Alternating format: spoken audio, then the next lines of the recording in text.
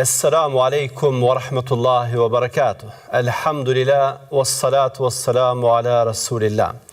Paqja, mëshira dhe bekimet e Allahut qofshin me ju kudo që jeni. Si gjithmonë, falenderimet tona janë për Allahun, ndërsa përshëndetjet janë për Zotrinë e njerëzimit, për Muhamedin, familjen, shokët dhe gjithë ata që e pasojnë në rrugën e tij deri në amshim. Në Islam, vlerat janë përcaktuese të pozitave. Pasuria, familja, fisi nuk kanë ndikim në vlerësimin e njeriut. Morali, sjellja, dituria po. Prandaj Allahu i madhruar ka thënë në Kur'an famadh, inna akramakum indallahi atqakum, vërtet më i ngrituri, më i nderuari nga ju është ai që është më afër Zotit. Prandaj Muhamedi alayhi salatu wassalam ka thënë ala inna awliyai almuttaqun, vinere miqtë të mi janë vetëm të devotshmit. Pra janë vlerat ato që neve na ngrisin dhe nuk janë pasuria, pushteti, familja, prejardhja. Në këtë takim të sotmin me lenë Allah te bareke ve teala, në fokus do të kemi një këshill të një dietari të madh, të Wahb ibn Munabbihut, që ka të bëjë me diturinë si vlerë, që ka të bëjë me mirësitë e diturisë si vlerë. Siç është përcjell Wahbi, Allah mëshiroft, ka thënë kësaj: prej dijes burojnë nderi, edhe nëse njeriu është i ngratë. Prestigji, edhe nëse poseduesi i saj është i përçmuar. Afërsia, edhe nëse ai është i largët. Pasuria, edhe nëse ai është i varfër. Dhe respekti, edhe nëse ai është i përbuzur. Pra, kjo është këshilla cilën sot me lenë Allah te bareke ve teala do të mundohemi ta shpalosim para jush, dhe është një prej atyre këshillave që ndonë se shkurtër në vete ngërthen mësimet të shumta, mësimet të bukura, mësimet të rëndësishme. Rëndësia e saj nuk qëndron thjesht në nxitjen për dituri. Krahas saj në vetvete ajo përmend edhe disa të mira të cilat vijnë si rezultat i çeltërsisë sonë në raport me diturinë. Mirë po, që të mos keq kuptohemi, që të mos mendojmë gabimisht se këto që përmendëm janë synimet të diturisë, ne me lenë Allah te bareke ve teala fillimisht do të flasim për synimet ose objektivat ose qëllimet fillestare dhe kryesore të diturisë, e pastaj me lenë Allah te bareke ve teala do të shpjegojmë veç e veç se cilën prej këtyre këshillave ose mirësive të diturisë që dietari ynë i famshëm Wahb ibn Munabbihu ka përmendur. Siç e kemi bërë edhe tradit, me lenë Allah te bareke ve teala, në secilin prej takimeve tona do të mundohemi që të sjellim qoftë edhe në mënyrë të përmbledhur një biografi rreth autorit të këshillave. Kush ishte Wahbi dhe çfarë e bën atë të veçantë? Wahbi i përket brezit të tabeinëve. Është një prej atyre dietarëve që konsiderohen të jenë në referencë në çështjet që kanë të bëjnë me rrëfimet, e veçmas me rrëfimet nga itharët e librit. Ka lindur në vitin 34 sipas hijretit, në kohën e sundimit të sahabiut të nderuar Uthman ibn Affanit, Allahu qoftë i kënaqur me të. Pra ka jetuar në kohën e sahabeve, prandaj edhe ka marrë dije prej tyre. Prandaj edhe nuk është çudi që të jetë një prej këtyre emrave më dalluar në fushën e dijeve dhe shkencave. Më saktë, ai ka mësuar nga Abdullah ibn Mesudi, nga Abu Hurajra, nga Abu Said Khudriu, nga Nu'man ibn Bashiri, nga Jabir ibn Abdullahu, nga Abdullah ibn Omeri, nga Anas ibn Maliku, nga Abdullah ibn Zubairi. Pra janë disa prej këtyre sahabeve që konsiderohen si brezi i ri sahabeve dhe njëherë është brezit djetari sahabeve, prej cilve ky djetari madh ka marrë dije. Ka pasur fatin që të kalojë nëpër duart e tyre, që të shkollohet në shkollën e tyre dhe sigurisht që të kualifikohet si një emër i besueshëm i shkencave. Prandaj dietarët kur janë pyetur për Wahbin, për shembull Ejri, Abu Zur'a, pastaj Nesaiu, Wahbin e kanë klasifikuar si të besueshëm, pra si dikush që dija mund të merret prej tij. Wahbi nuk ka qenë thjesht i dalluar vetëm për dijen, ka qenë i dalluar edhe për përkushtimin në adhurim. Është përmendur në biografinë e tij se për 40 vite të tëra, askush, as edhe njëherë të vetme, nuk e ka dëgjuar duke sharë ose fyrë ose ofenduar askën. E përmendet nga të afërmit e tij se ai për plot 2 dekada, të nderuar vëllezër dhe motra, për 2 dekada të tëra, namazin e sabahut e ka falur me abdesin e yatsis. Pra ka qenë prej atyre të përkushtuarve në adhurim, ka qenë prej atyre besimtarve që tërë natën e kanë kaluar duke e adhuruar Allahun te bareke wa taala. Në fund të jetës së tij, sikur shumë prej dietarëve, ishte sprovuar, ishte burgosur, ishte rrahur, ishte keqtrajtuar, dhe kështu pas një jete të tërë në shërbim të dijes të shkencës, në vitin 134 ka vdekur në Yemen, Allahu e pas të mshiruar. Tani të nderuar vëllezër, do doja që, siç përmendëm në fillim, në mënyrë që të mos krijohet ndonjë keqkuptim se këto këto që ne përmendëm janë më falni objektiva kryesore të dijes, do doja që vetëm sa për përkujtim përmend diç nga ato që konsiderohen si objektiva themelore të kërkimit të dijes. Pra, këto që janë përmendura në Këshillën e Wahbit janë mirësi, të cilat vinë si rezultat i dëlirësisë sonë në kërkimin e dijes. Ndryshe, ajo që është themelore dhe që askush prej besimtarëve nuk duhet ta tejkaloj kur është fjalë tek kërkimi i diturisë, ka të bëjë me gjërat në vazhdim. E para, ne e kërkojmë dijen dhe qëllimi kryesor i saj është se nëpërmjet dijes ne e njohim Allahun te bareke ve teala dhe duam që të arrijmë kënaqësinë e tij. Pra, dija, synim kryesor, qëllim kryesor ka që neve të na çojë tek Allahu te bareke ve teala. Prandaj në Kur'anin fammadh, kur kërkohet besimi, bashkangjitet me dijen. Allahu i madhruar ka thënë: "Fa'lam annahu la ilaha illa Allah." Dije se nuk ka Zot që meriton të adhurohet me të drejtë përveç Allahut te bareke ve teala. Pra dije mëson nga se besimi pa dije mund të jetë imitim që nuk prodhon asgjë tek njeriu. Prandaj ne duhet ta dimë dhe duhet të jemi të bindur se Allahu te bareke ve teala është i vetmi ai që e meriton adhurimin.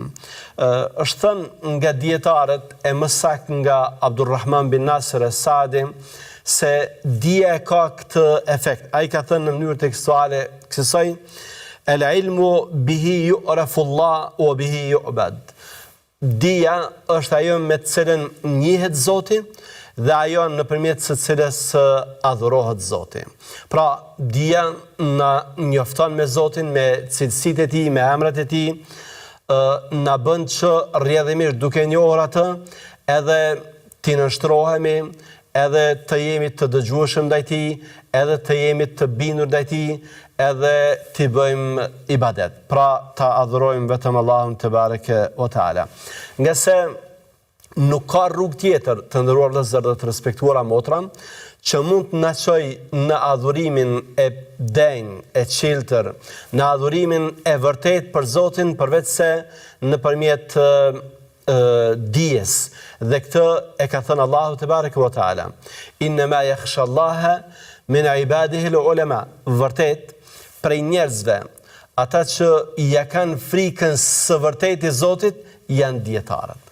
Pra, dija e vërtet, dija e cila prodhon efekte pozitive, e cila reflekton në veprat tona, në sjelljet tona, është ajo që na bën që ne të jemi më të përkushtuar ndaj Allahut te bareke ve teala.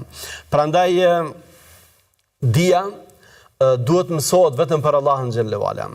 Çdo qëllim tjetër që është tek dija, që rivalizon këtë qëllimin kryesor, është qëllimi kot dhe rrjedhimisht dijen e zhvesh nga dobiprurja, veçmas në botën tjetër.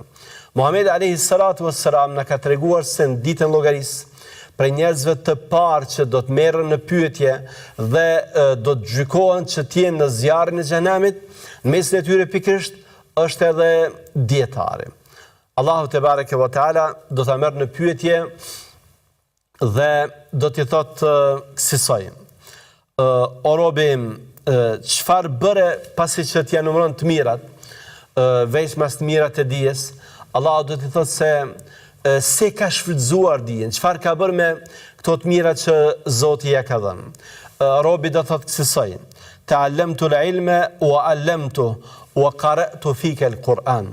O Zoti im, unë e kam mësuar dijen për vete dhe u kam mësuar të tjerëve dhe për hir tëndin e kam lexuar Kur'anin. Allahu te bareke ve teala që e di se çfarë ne fshehim në zemrat tona, do t'i thotë gënjeve, kedheb, walakinnak ta'allamta al-ilma li yuqala alim. Jo, ti ke mësuar që të thuhet për ty se je dietar. Wa qara'ta al-Qur'ana li yuqala huwa qari, dhe ke lexuar Kur'anin që të thuhet për ty se je lexues.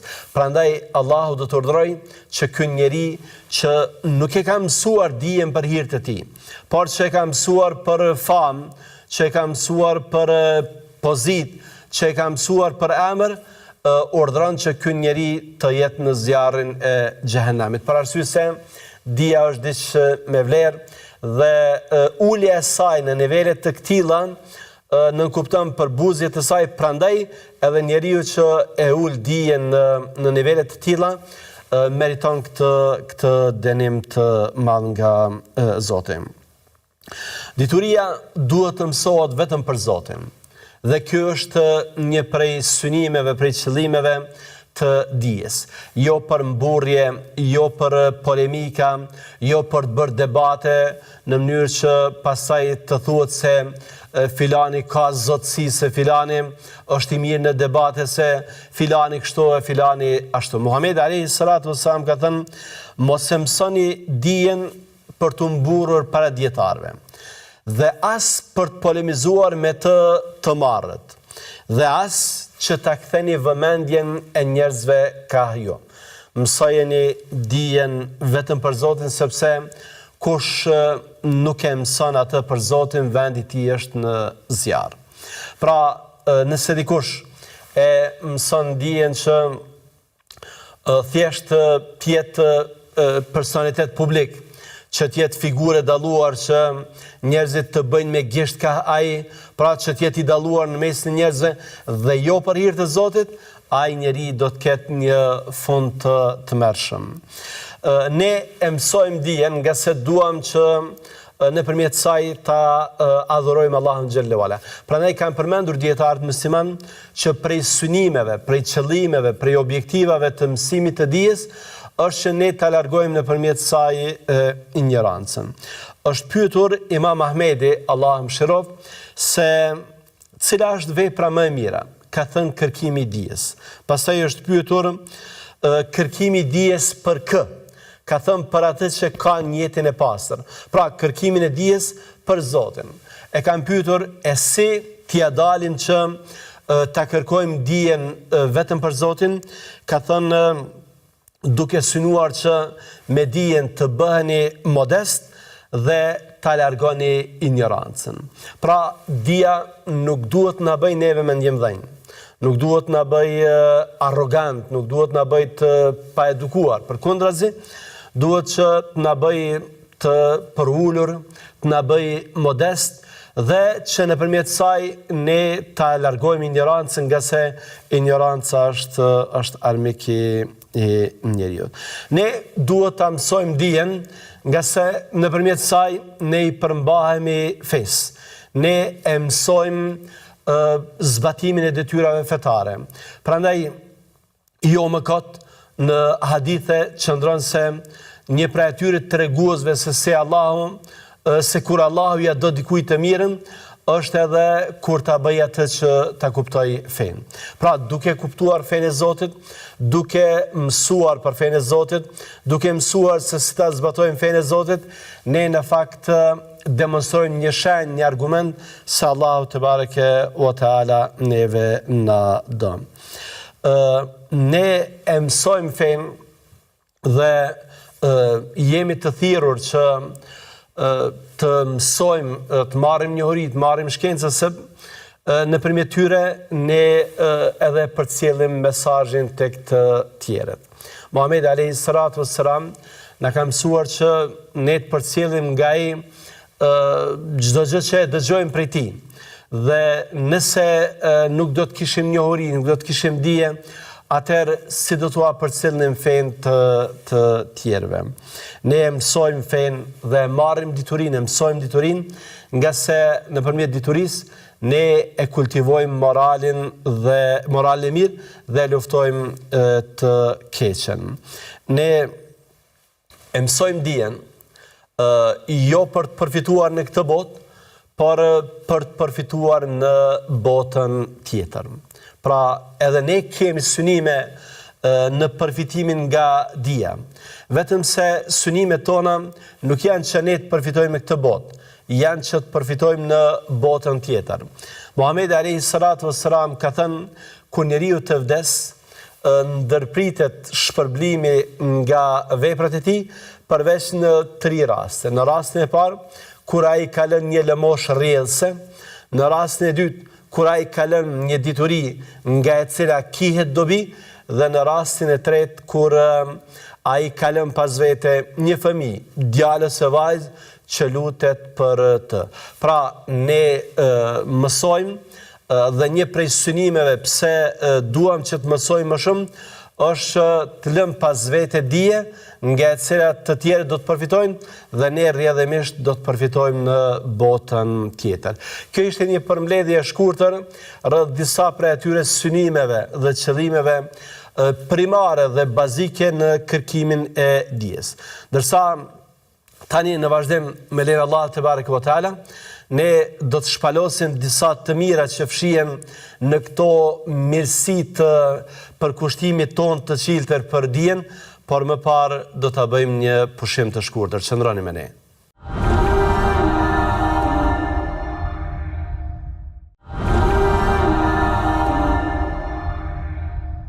Ja u kthyem sërish me lejen e Allahut te bareke ve teala për të vazhduar me këshillat e Wahb ibn Munabbihut, Allahu e pas të mëshiruar.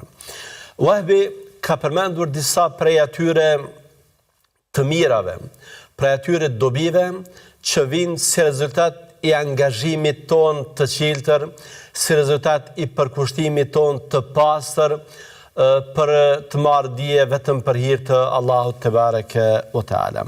Ka thënë kësaj se ai që e kërkon dijen për Zotin, ai do të fitojë nder edhe nëse vjen nga një familje që nuk ka ndonjë nder. Ai do të fitojë prestigj dhe famë edhe nëse është i përbuzur në mesin e njerëzve. Ai do të afrohet edhe nëse është larg. Ai do të pasurohet edhe nëse është i varfër dhe do të fitojë respektin edhe nëse është i përbuzur. Në fakt, për këtë pozitën që e arrin njeriu nëpërmjet dijes, Allahu te bareke ve teala na ka folur edhe në Kur'anin famall. Na ka folur për kështu edhe i dërguari i tij Muhamedi alayhi salatu wassalam. Allahu ka thënë kësaj në Kur'an: وعلمك ما لم تكن تعلم وكان فضل الله عليك عظيما. Allahu ta ka mësuar atë që ti nuk e ke ditur dhe mirësia e Zotit ndaj teje ka qenë e madhe.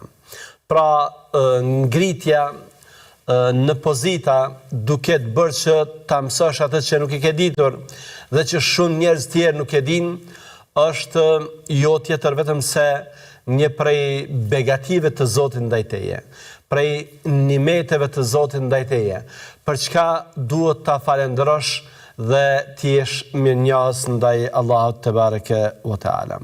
Po kështu ka thënë Allahu: "Yarfa illahu alladhina amanu minkum walladhina utul ilma darajat." Allahu do t'i ngrit në shkallë, në rangje, në nivele ata që kanë besuar dhe që ju është dhënë dija.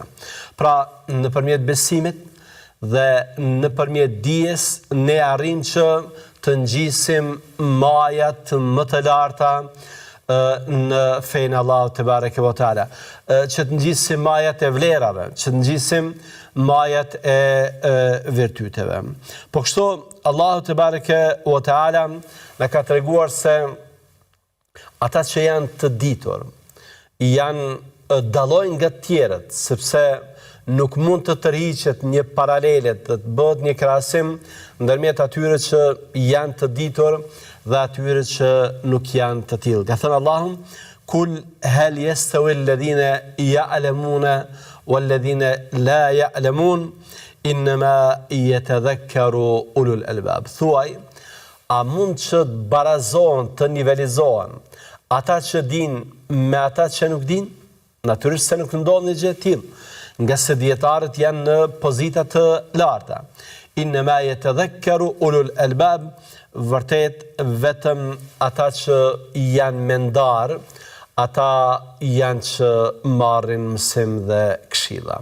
Pra, këto argumente kuranore vërtetojnë dhe konfirmojnë se ata që kanë dije, veçmas ata që kanë dije fetare, që kanë dije me të cilën afrohen tek Allahu te bareke ve teala, ata janë njerëz të ngritur, ata janë njerëz që Allahu te bareke ve teala i ka ngritur, ata janë njerëz që askush nuk mund t'i ul dhe nuk mund t'i përbuz. Ne tani gjatë shpalosjes së këtyre urtësive, këtyre këshillave të bukura të Wahbit, do të mësojmë edhe detaje tjera të cilat edhe historikisht na sjellin shembuj se si njerëz që vërtet nuk kanë pasur këto që neve që i përmendur, nuk kanë pasur nderin, nuk kanë pasur prestigjin, nuk kanë pasur pasurinë, nuk kanë pasur respektin, se si këta njerëz nëpërmjet dijes janë ngritur dhe kanë marrë pozita të jashtëzakonshme. Ibn Abbasi, kushëriri Muhamedit alayhi salatu wassalam, ka thënë vërtet dija të ndershmit ja shton nderin, ja rrit nderin dhe robin, sklavin e bën që të ulet në koltuk. Pra dija, atij njeriu i cili mund të rrjedh nga një familje e thjesht, mund të mos ketë emër, e bën që të bëhet njeri i ndershëm. Dhe dija edhe robin, edhe sklavin e ngrit në pozitën e udhëhecit. Dhe këtë Ibn Abbasi, Allahu qoftë i kënaqur me të dhe me baban e tij, e ka dëshmuar edhe në praktik. Ibn Abbasi, njëri prej dietarëve të mëdhenj, ka ushtruar funksionin e valiut të Basrës. Ka qenë udhëheqësi Basrës. Dhe një ditë ka shkuar tek Ibn Abbasin, njëri prej atyre personaliteteve që neve që edhe kemi cituar në takimin ton të 13, Ebu El Alije, i cili ka qenë sklav. Ebu El Alije, ndonë se djetari madh, madje, siç kemi përmendur, ka qenë njeriu më i ditur për Kur'anin. Ka shkuar tek Ibn Abbasi dhe për dijen e tij Ibn Abbasi e ka ofruar pranë vetës, e ka ulur në koltuk dhe e ka thënë këtë fjalën cilën ne veç e cituam. E ka thënë në kohën kur emrat të mëdhenj nga familje të njohura kur i shite kanë qenë të ulur në tokë. Ndërsa Ebu El Alije, që ka pas një status shoqëror, çfarë mund ketë një rob, është ngritur nëpërmjet dijes derisa ka ardhur dhe është ulur në koltuk. Për të na treguar praktikisht se Islami nuk është vetëm teori, por është edhe praktik dhe kësaj ata që për hir të Allahut te bareke ve teala marrin dijen, ata edhe do të jenë të ngritur, edhe do të jenë të lartësuar tek Allahu te bareke ve teala. E dini pse ndodh kjo? Nga se të nderuar vëllezër, dija është trashëgimia profetike. Profetët nuk kanë lënë pas vete pallate, dhe kjo flet edhe për misionet e tyre fisnike. Flet edhe për qëllimet e tyre të pastra në thirrjet e tyre. Nuk kanë lënë pas vete pasuri në are në argjend. Nuk kanë lënë shtëpi, nuk kanë lënë prona të palujtshme, kanë lënë dituri. Prandaj dietarët musliman e më sakt Sehel Tustariu ka thënë kësaj: nëse dikush për jush ka dëshirë që ta di se si duken mexhliset e profetëve të Zotit, atëherë le të shikojnë në mexhliset e dietarëve, sepse dietarët janë trashëgimtarë të profetëve dhe rrjedhimisht mexhliset e tyre ku shpërndahet ajo dija profetike janë mexhlise sikur të profetëve. Prandaj dikush që flet për Zotin, dikush që mëson njerëzve Zotin, dikush që flet për profetin, dikush që mëson njerëzve profetin, nuk ka se si të mos ngritet në këtë botë. Për arsye se njeriu ka vlerën e asaj që bën, dhe kush mund ketë vlerë më të madhe se ai që flet për Allahun, se ai që flet për librin e Allahut, se ai që flet për dërguarin e Allahut, se ai që u mëson njerëzve mësimet dhe këshillat e dërguarit të Allahut. Prandaj dietarët kanë këtë pozitë që kanë. Ibn Kayimi, Allah më shëroft, ka thënë: dituria e ngrit njeriu në dynja dhe në ahiret, ashtu siç pushteti dhe pasuria nuk mund ta bëjnë. Pra ne shohim njerëz që kanë pushtet, shohim njerëz që kanë miliarda, mirë po që nuk arrin të zënë vendin që e kanë dietarët. Ne përgjatë historisë një mileniumshe kemi mësuar për dietarë të shumë, për dietarë që nuk përmenden për pasurinë e tyre të madhe, dhe as për pushtetin. Madje këta dietarë kanë refuzuar që të marrin poste. Imam Ebu Hanife është rrahur brutalisht vetëm pse ka refuzuar që ta merr një post që ndoshta dikush sot do të bënte çmos që ta merrte një të tillë. Mirë po, këta njerëz kanë qenë përkushtuar për dijen, dhe këta njerëz kanë dashur që dija e tyre të jetë vetëm për hir të Allahut te bareke ve teala. Prandaj ne gjejmë këta njerëz që përmenden, përderisa nuk gjejmë njerëz që kanë ndërtuar pallate, njerëz që kanë pasur pasuri të shumta, nuk gjejmë të përmenden siç përmenden dietarët. Kjo nga se dija, siç ka thënë Imami Ibn Kayimi, Allah më shëroft, e ngrit njeriu më shumë se sa që e ngrisin pushteti dhe pasuria. Dhe do doja, të nderuar vëllezër, t'ju sjell një shembull nga e kaluara, një shembull që tregon për këtë aspektin praktik të mësimeve islame, një shembull i cili e konkretizon më së miri këtë çështje që muslimanët e kanë pasur edhe në praktikën e tyre dhe jo vetëm në teorinë e tyre.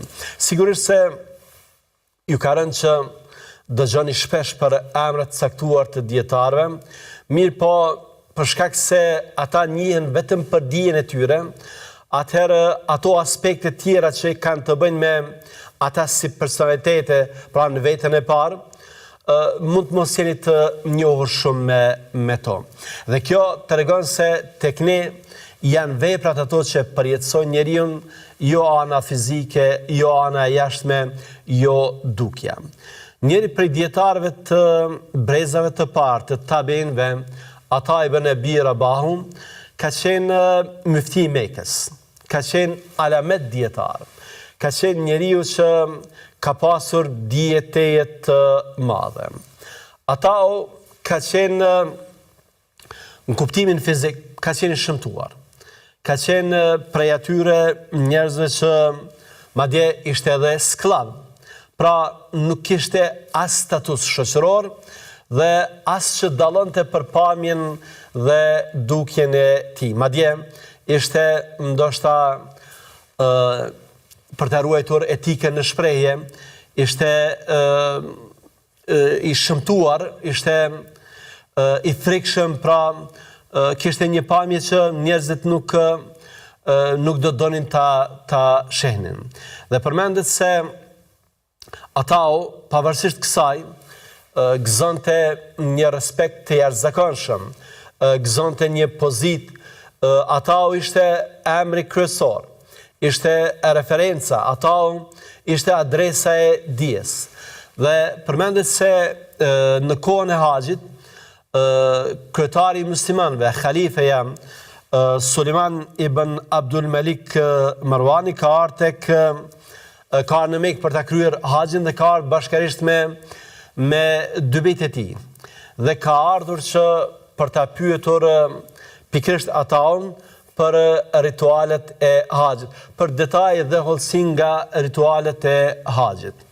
Pasi e ka kryer takimin me të, Sulejmani i është drejtuar të bijve dhe i ka thënë kësaj: mos ngurroni që ta kërkoni dijen, për arsye se unë nuk do të harroj këtë ditë kur jam për ulur para këtij sklave zezak.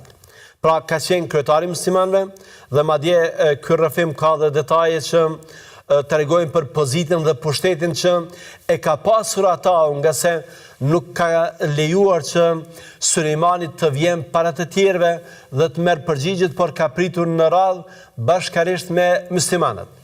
Dhe kur është ulur para ata dhe ka marrë përgjigjet, sigurisht se nga pozita që e ka pasur nuk është ndier mirë. Prandaj ju ka thënë të bijve që të mësojnë, sepse nëse nuk mësojnë, do të ulen para njerëzve të këtill dhe në një farë forme do të përjetojnë këtë që ai e ka konsideruar si një lloj turpi për të personalisht. Mirësia e dytë është që ai njeri i cili mëson, ai njeri i cili zë dijen për hir të Allahut te bareke ve teala, ai njeri do të ketë prestigj, do të ketë famë, do të ketë autoritet, edhe nëse është i përbuzur dhe i nënçmuar. Pra dija është ajo që na ngrit neve. Dhe dija është ajo që na bën të lartësuar në mesin e njerëzve. Edhe nëse pozita jonë, edhe nëse statusi ynë shoqëror nuk është i lëvduar. Përmendet se Omeri, Allahu qoftë i kënaqur me të, e kishte lënë si mëkëmbës, si zëvendës Nafiun në Mekë. Pastaj Nafiu ka shkuar dhe e ka takuar Omerin në Asfan. Omeri radiallahu anhu e ka pyetur se kë kishte lënë zëvendës të tij në Mekë. Nafiu i kishte thënë: e kam lënë Ibn Ebzan. Kështu e ka pasur emrin. Omeri, duke qenë se nuk e ka njohur, ka pyetur se kush është ky Ibn Ebzaja. Nafiu ka thënë se ky është një prej robërve tanë. Ka thënë Omeri: si në Mekë e ke lënë dikë që është rob, e ke lënë zëvendës? Ka thënë po, për arsye se ky është njeriu i cili e njeh Kur'anin shumë mirë dhe e njeh shkencën e faraidit që ka të bëjë me ndarjen e trashëgimisë.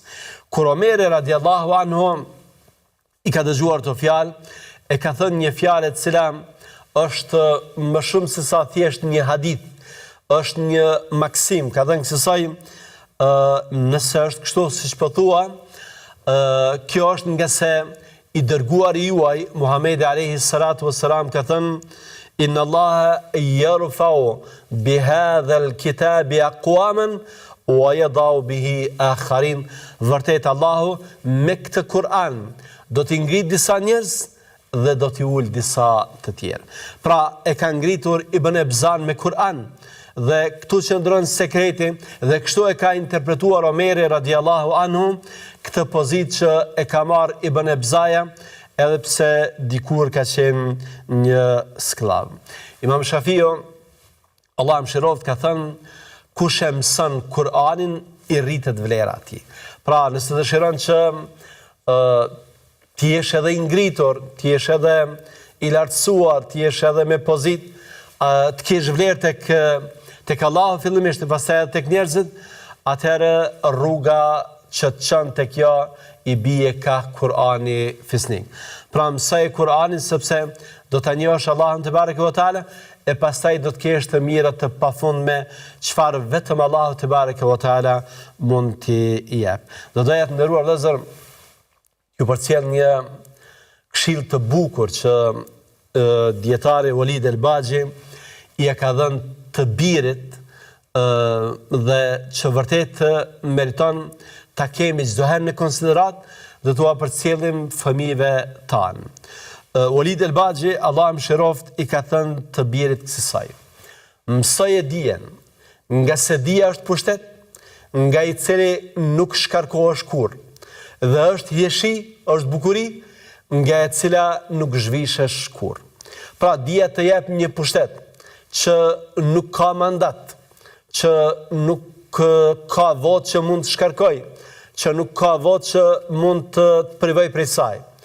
Dija të dhuron një respekt, një bukuri, një jeshi që askush nuk mund të shëmtoj, askush nuk mund të përbalt, askush nuk mund të njëllos. Prandaj duhet ta mësojmë dijen, sepse dija na ngrit në këtë dhe në botën tjetër. Khatib el-Baghdadi e ka një libër El-Faqihu wal-Mutafaqih, në cilin përveç tjerash ka përmendur edhe rrëfimin e Muhammed bin Abdurrahman Auqasit, i cili është përshkruar që ka pasur një fizik jo të mirë. Ka pasur një trup, një pamje jo të mirë. E madje e ëma, siç mund ta merrni me mend, veç me sa ta që janë prindër, duke pasur parasysh gjendjen e të birit, gjendjen fizike, ka thënë o birim, kam frikë se do t'jesh objekt bullizimi. Njerëzit kanë me utall me ty, kanë me të përqesh, njerëzit kanë me thënë fjalë të këqija për ty, për shkak se ka pasur një pamje të atill që njerëzit janë tallur me të. Prandaj i ka thënë mëso, sepse nuk ka asgjë që mund të ngrit dhe mund të bëj të respektueshëm mes në njerëzve përveç dijes. Dhe pikërisht Muhammed ibn Abdurrahmanin ka thënë se ka mësuar derisa Allahu te bareke ve teala më ka mësuar që për 2 dekada të jem gjykatës i Mekës, pra gjykatësi kryesor i Mekës. Prandaj nëpërmjet dijes ne arrim që të ngritemi, ne arrim që të lartësohemi. E mira e tretë që ka përmendur Wahbi ibn Munabiu sa i përket të mirave të dijes, është se ajo të afron edhe nëse je larg. Të afron në radhë të parë me Allahun te bareke ve teala. Të afron në radhë të parë me Krijuesin. Imam Ebu Hanife, Allah mëshiroft, ka thënë: nëse hoxhallarët dhe fukahat, juristët, nuk janë evlia miq të Zotit, atëherë kush? Pra nëse ata që njohin fenë e Zotit, nëse dietarët, nëse fukahat nuk janë evlia miq të dashur të Allahut te bareke ve teala, atëherë kush mund të jetë? Pra janë dietarët, ata që më shumë se kushdo tjetër e kanë nderin që t'jenë evliat dhe të afërmit e Zotit, miqtë e Zotit, sepse nderuar vëllezër, siç ka thënë Sufjani ibn Uyeyne, dhe do doja që ta keni vëmendjen, ta kuptoni drejt, dietarët janë ndërmjet Zotit dhe robërve. Jo ndërmjetës në kuptimin klerikal, siç qëndron të tjerët, po ndërmjetës në kuptimin e mësimit të fesë. Feja nuk mund të kuptohet pa dietar. Prandaj dietarët që e marrin këtë detyrë për t'u shpjeguar njerëzve Kur'anin, për t'u shpjeguar njerëzve hadithin, e kanë këtë pozitë që nëpërmjet tyre kalohet tek Allahu te bareke u teala. Prandaj edhe janë më afër se të tjerët me Zotin dhe kanë këtë pozitë që kanë. Mirësi tjetër e dijes është edhe pasuria, veçmas në kohën kur njeriu ka nevojë për të. Ajo që ne duhet ta kemi parasysh dhe që është parim, është se dija nuk mësohet për të përfituar pasuri. Madje dija, nderuar vëllezër, është më e rëndësishme se sa pasuria, sepse siç ka thënë edhe Aliu radiallahu anhu, dija na ruan neve përderisa ne duhet ta ruajmë pasurinë. Dituria është gjykuese, ndërsa pasuria është ajo që gjykohet. Dituria duke ndarë me të tjerët shumohet, ndërsa pasuria duke ndarë me të tjerët paksohet. Pra dija ka vlerë më të madhe se sa pasuria dhe nuk zbret deri në këtë nivel që t'jetë qëllim final, që t'jetë synim kryesor që ne të fitojmë dije sa për të përvetësuar pasuri. Jo, ne dijen e kemi vetëm për hir të Allahut te bareke ve teala. Por prej të mirave që Allahu te bareke ve teala i ka lënë si bekim i tij për ata që mësojnë dijen, sinqerisht është edhe përvetësimi të mirave materiale. Njëri prej urtarëve është shprehur në mënyrë alegorike për të mirën e dijes dhe ka thënë: kur njeriu t'i fundoset anija, me çfarë noton ai? Noton me dijen e tij. Pra kur t'janë shterë ato mundësitë që më nuk ka se si të përfitoj të mira materiale, atëherë nëpërmjet dijes ai arrin që ta bëj këtë. Zubair bin Ebi Bekri ka thënë se babai i tij, duke qenë në Irak, ja ka shkruar një letër në të cilën e ka këshilluar dhe i ka thënë kësaj: o biri im, mëso, sepse dituria, nëse ke nevojë, është pasuri, e nëse nuk ke nevojë, është hieshi. Pra merr dijen, sepse në rastet kur ti ke nevojë për të mira materiale, ajo mund të jetë një mjet për të përfituar të mira materiale. E në raste tjera kur je në bollok dhe ke të mira materiale të mjaftueshme, atëherë dija është thjesht hieshi, është diçka me të cilën ti e stolis veten dhe personalitetin tënd. Dhe e mira e fundit që ka përmendur Wahbi sa i përket dijes ka të bëjë me respektin edhe nëse njeriu është i përbuzur. Pra, nëpërmjet dijes ne arrim tek secila vlerë, siç ka thënë mësuesi i Imam Malikut Arabia, ka thënë dituria është mjet për tek secili virtyt. Ebu Aswad ad-Dualiu ka thënë se në këtë botë mbretërit janë sundues të njerëzve, ndërsa dietarët janë sundues të mbretërve. Pra kanë atë pozitë, kanë atë pushtet çfarë nuk e kanë të tjerët. Kjo me pak fjalë është vlera e dijes. Ta mësojmë dijen që ta njohim Allahun. Ta mësojmë dijen që ta adhurojmë Allahun. Ta mësojmë dijen që t'i thrasim të tjerët në shpëtim. Ta mësojmë dijen që të arrijmë lartësimin në këtë botë dhe në botën tjetër, dhe për fund neve nuk na mbetet tjetër vetëm se ta lutim Allahun ashtu siç e ka lutur i dërguari i tij: o Allahu ynë, ne të lutim për dije të dobishme, na jep dije e cila na ofron tek ti, na jep dije e cila na ngrit në këtë botë dhe në botën tjetër.